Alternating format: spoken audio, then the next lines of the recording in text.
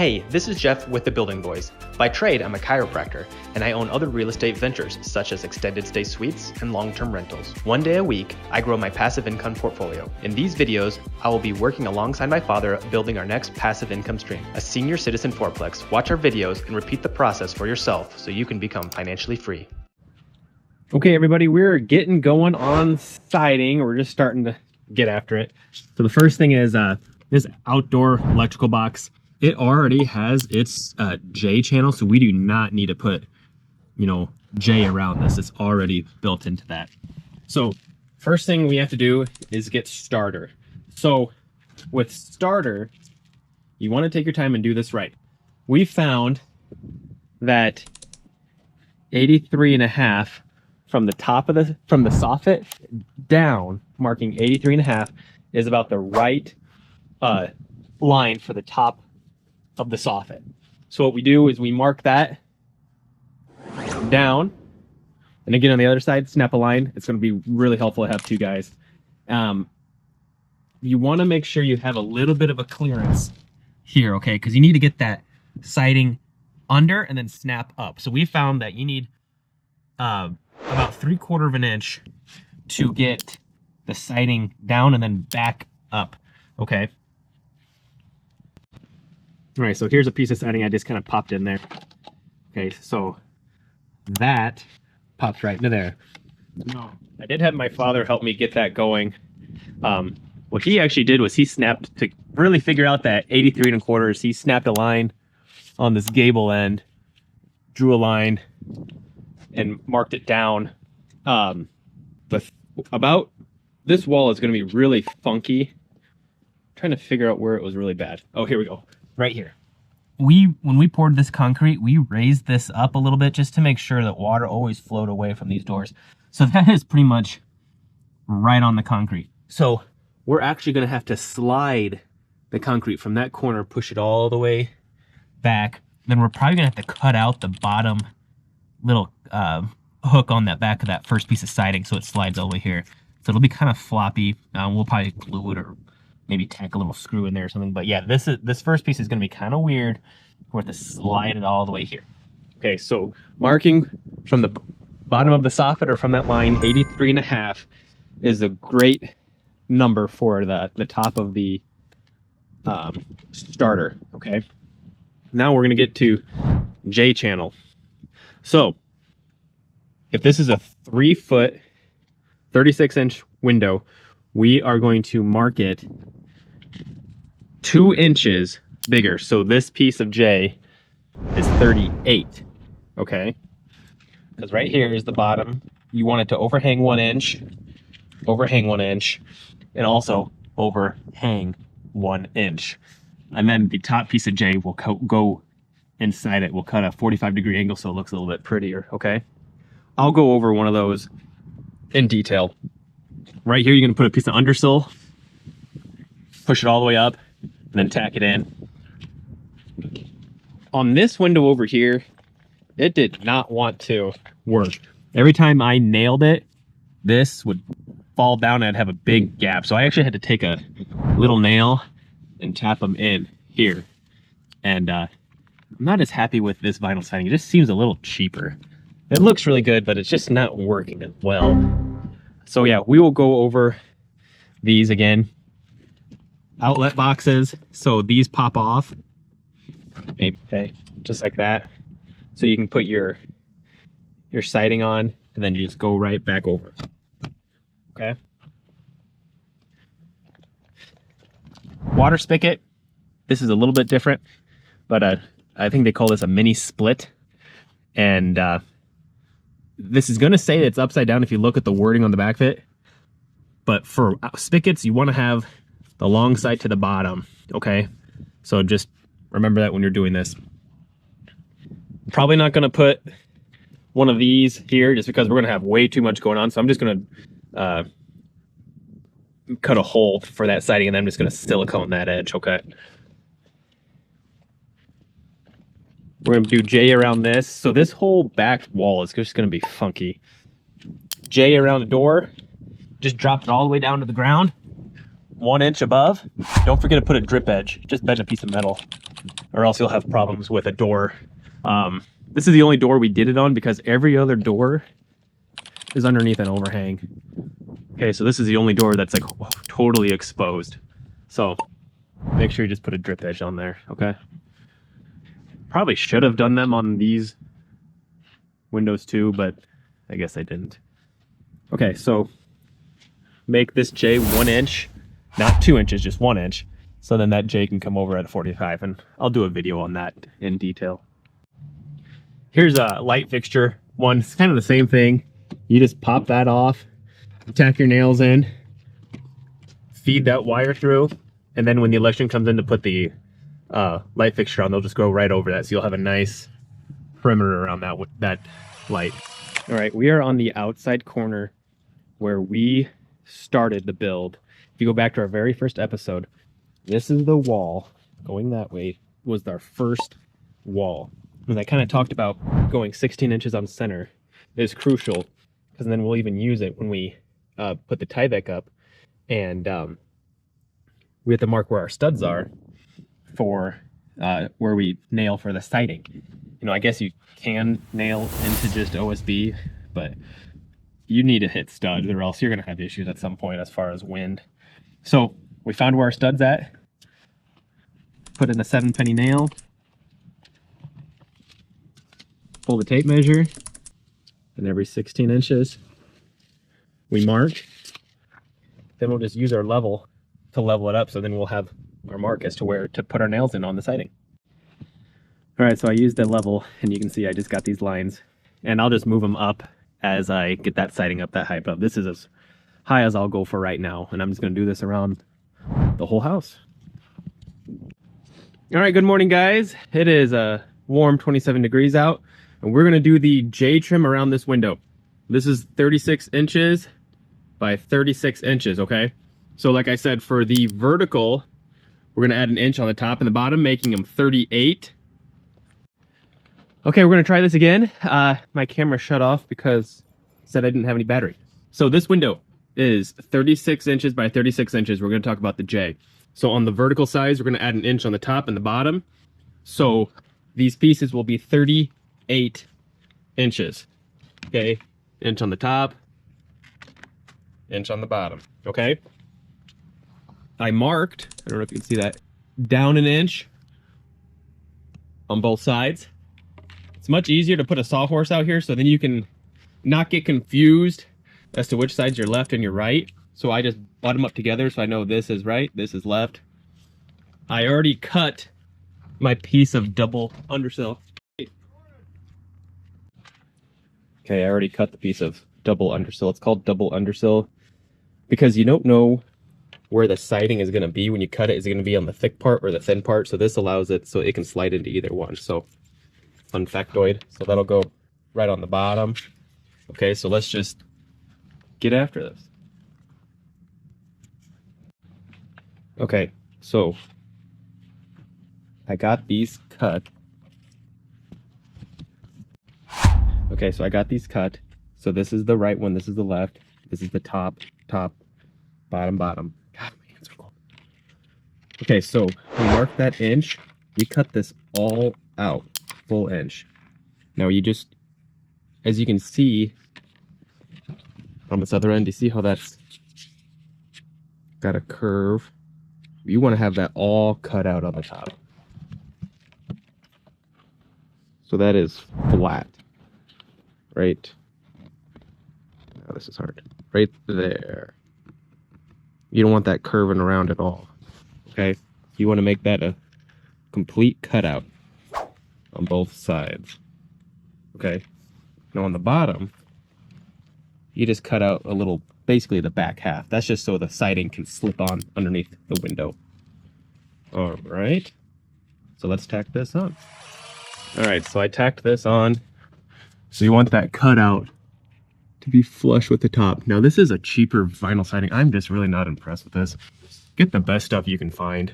I had this tight up against when I put the nail in, and it popped out like an 1/8 inch. So now I'm gonna have to put some little screws on the inside, which isn't a big deal, but it's bothering me.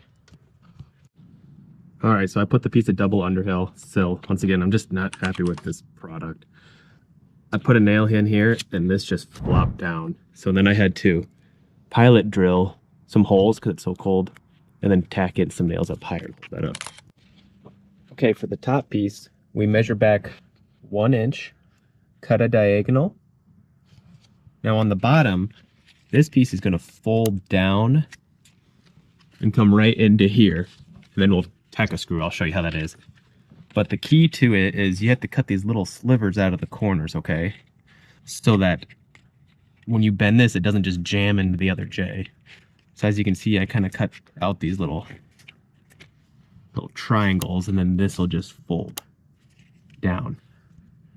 All right, so then you cut that, bend that down, and it just kind of slides in there. As you can see, I've already cracked a piece because it's so cold. Try to do as much of this inside so that cut covers very nicely. And then we're just going to tack a little tack-on screw to hold that little flapper down. Okay, so finished product. Got that double undersill J hanging down 1 inch on each side. As you can see, I got that Tapcon right there, and that also holds that J in tight. Nice diagonal profile. All right, you guys, it's warmed up a little bit, and we actually got some siding on. I haven't talked about the corners. They're pretty simple. You just want to make sure that they go down, you know, at least 1/4 inch or something below your starter, just so that you don't have a raw edge of this. So as long as this corner is below your actual siding, not by much, it'll have a really clean look.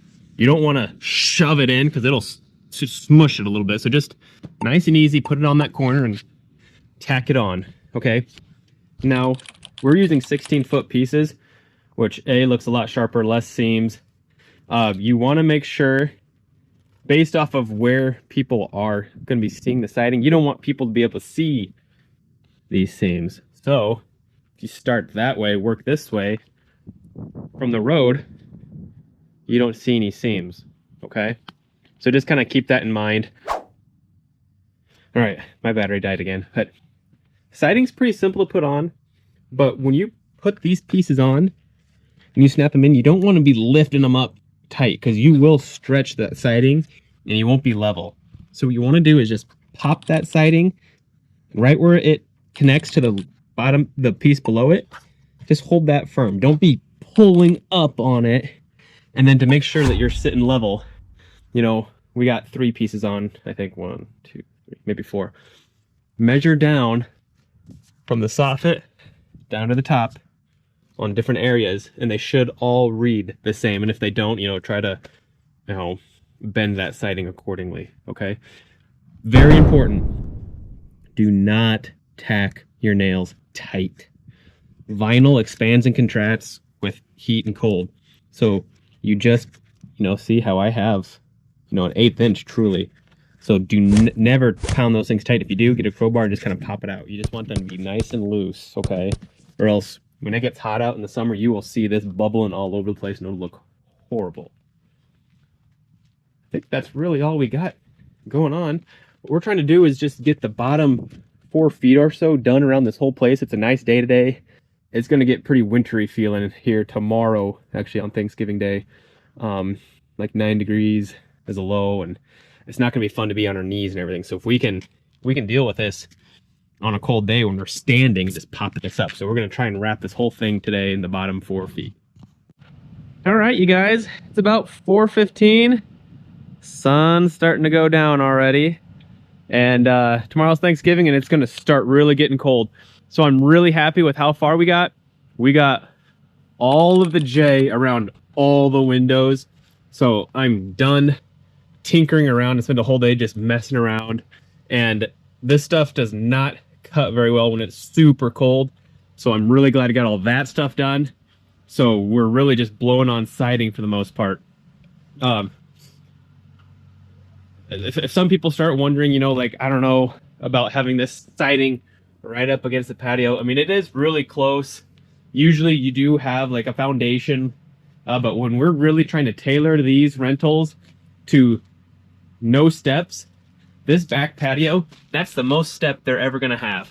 And we're really trying to tailor to those elderly, maybe a walker, someone who doesn't want to live in a nursing home, independent, but just doesn't want to own their own home. So we had to give and take a little bit. So to get the zero entry, the siding goes pretty much right down.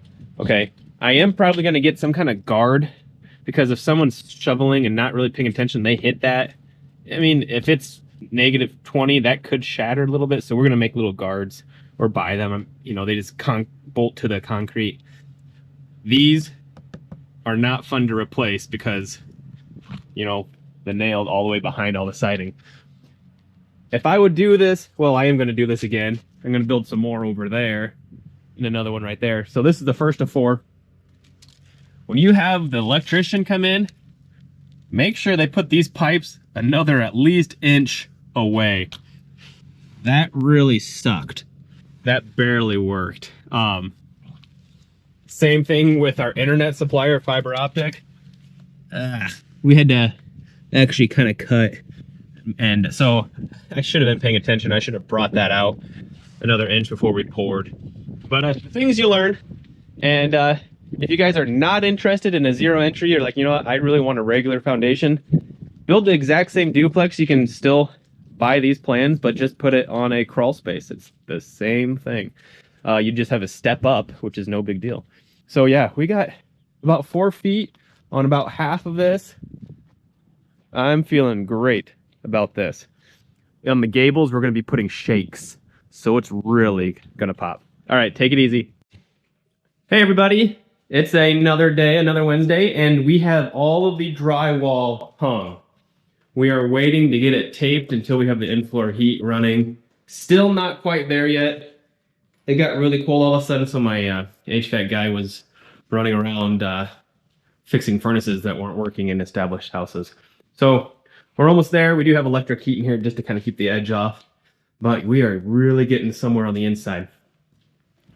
What I'm doing for the interior walls, just dropped all my batteries, of the garage is OSB. Some people are probably thinking you're nuts, that stuff's expensive. Well, it's $18.40 a sheet, and this is the finished product. You know, some people think that's ugly. I really don't care. It's incredibly durable. You're not going to have a door ding. It's just going to hit it.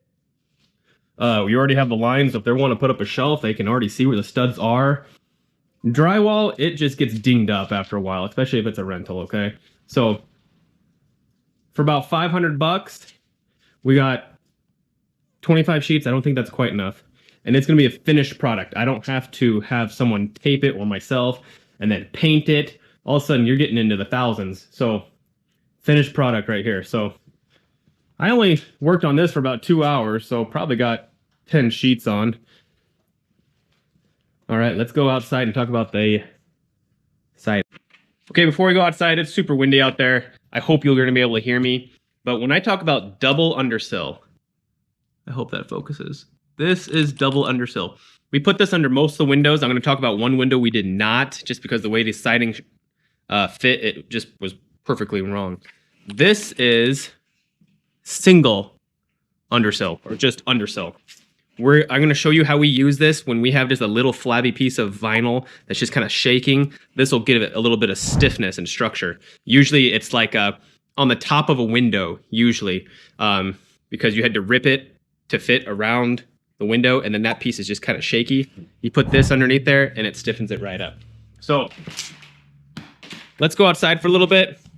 It's dropping in temp. It's going to get to 9 tonight. And yeah. Let's see if you can hear me. All right, so we got this all the way done. Doesn't that just look sharp? I already bought my metal posts that go on the ground so that when someone's shoveling, they don't bust my corner. And would you look at that? Just look at it. It looks like something nice. Okay, so originally we were going to put a piece of J here, you know, just like we do right here. But this is getting so tiny. If you would have put a piece of J, the actual visible siding would have been like an inch, and it would have truly sucked to get that in there, if even possible. So all we did was nail the 2x4. It worked out perfectly. And then bent just a piece of metal all the way down that, and it actually looks pretty sharp. And we just put the vinyl on top of the door. I need to clean those off. All right, so I'm getting to the top. Last piece. Okay, this is double undersill. So the reason for double undersill is because you can put the siding here or here, based off of where you have to cut. So if the cut was right here, since the siding is sticking out further, it would fit right in there. So, but since we cut it on the upper part where it's starting to slant in, it works perfectly there. And there's a little tool you can get at Menards or whatever.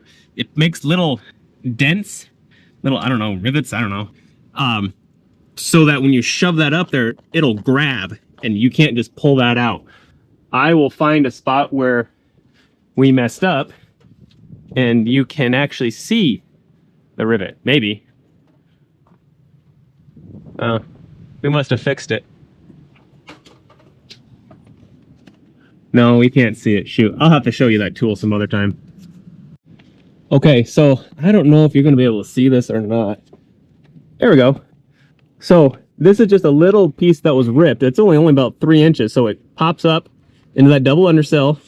But this would be all flappy if we just left it. So we also put a piece of undersill, the single undersill, just to give this structure, or else this would just be flapping in this J like crazy. That's a fun little trick. All right, so this is an example of where you sometimes have to improvise. So I had a piece of double undersill here, like I do on this window. See how this is a piece of double undersill and the siding popped into that top lip? Well, this piece just came out just perfectly wrong, where it just looked horrible. It just, well, we had to cut it here and it just would not pop. So we took it off, just put an actual just piece of J. This is just regular J. And then just put the piece of siding underneath it and it just covered up very nicely. So sometimes you have to improvise a little bit.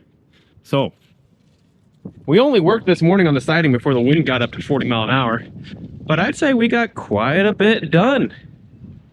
All right, you guys, keep watching. Thank you. All right, you guys, we kind of talked about putting some metal outside corners on the corners on the concrete, just in case, you know, if I slip or someone I hired to move the snow gets really rammy.